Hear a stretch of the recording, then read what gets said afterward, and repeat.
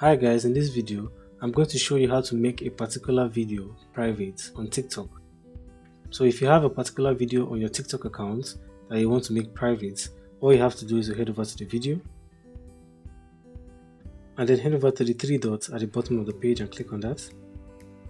And then just scroll to the left until you find the option that says privacy settings. So click on that.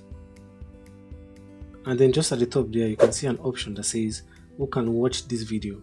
So if you click on this now, you have the options to make only your friends, the people that follow you back, to watch this video or be able to see the video. And then you have the option to make this video private. But for this particular tutorial, we're going to make it private, so you just click on private. And then here you can see a message here pop up on your screen from TikTok. Once you read this and you're okay with it, just head over and click on confirm.